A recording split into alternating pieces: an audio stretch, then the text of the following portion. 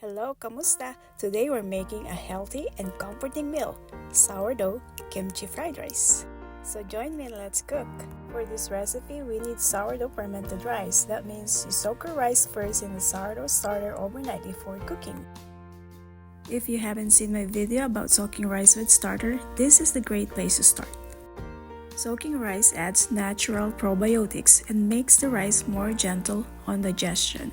And also use cooled leftover sourdough rice. Cooling creates resistant starch and better fried rice.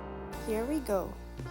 You can saute the aromatics first or the Korean style, saute the kimchi first for 1 minute. Then add your sourdough cold rice. Season with kimchi juice and soy sauce.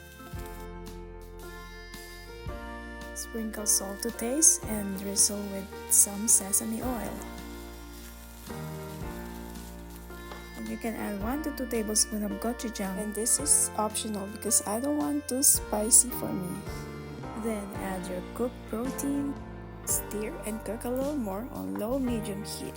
Then garnish with chopped green onions for freshness and a fried egg for creaminess and nori for crunch perfection. And there we have our sourdough kimchi fried rice. And honestly, this is better than regular fried rice. And here's a little bonus tip for you. If you want, you can make it even more gut-friendly. You can drizzle a tiny bit of saucy starter after cooking, just a teaspoon after it cools down a bit.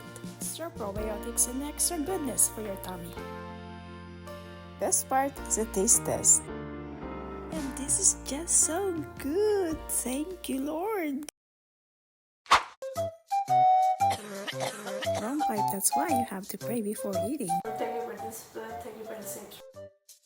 And while recording the taste test, my daughter was standing off to the side, thinking she was in the frame. She wasn't, but when I realized she was there, my reaction too was so funny. So I turned the camera to her.